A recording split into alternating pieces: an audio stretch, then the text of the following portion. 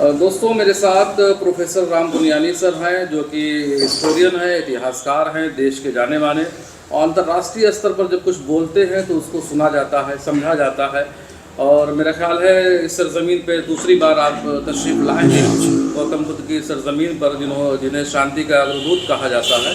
Sir, स्वागत है शांति की इस सरजमीन पर जी। और आज के इस प्रोग्राम के बारे में थोड़ा सा आप हमारे दर्शकों को बताएं। जी, बहुत धन्यवाद। पहली बार मैं जब आया था तब यहाँ भगत सिंह के बारे में एक कार्यक्रम था। भगत सिंह भी हमारे बहुत एक आदर्श नवयुवक थे, जिन्होंने देश की आज़ादी के लिए बहुत बड़ा योगदान दिया था और आज वो नवयुवकों के लिए और अपने मूल्यों के लिए बहुत प्रेरणादायक व्यक्तित्व हैं। और पहले बद्र आलम साहब ने मुझे बुलाया था पहले लखनऊ में एक कार्यक्रम के सिलसिले में, जो बहादुर शाह ज़फ़र की याद में था।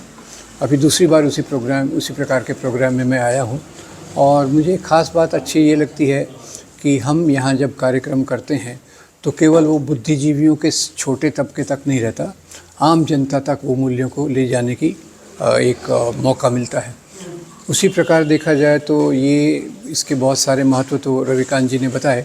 एक महत्व मुझे और लगता है कि आज जिस प्रकार से मुसलमानों की बदनामी की जाती है, उन पे बहुत सारे आरोप और लांछन लगाए जाते हैं, तो सच्चाई को बता के हम उस प्रकार के आरोपों और लांछनों को दूर कर सकते हैं।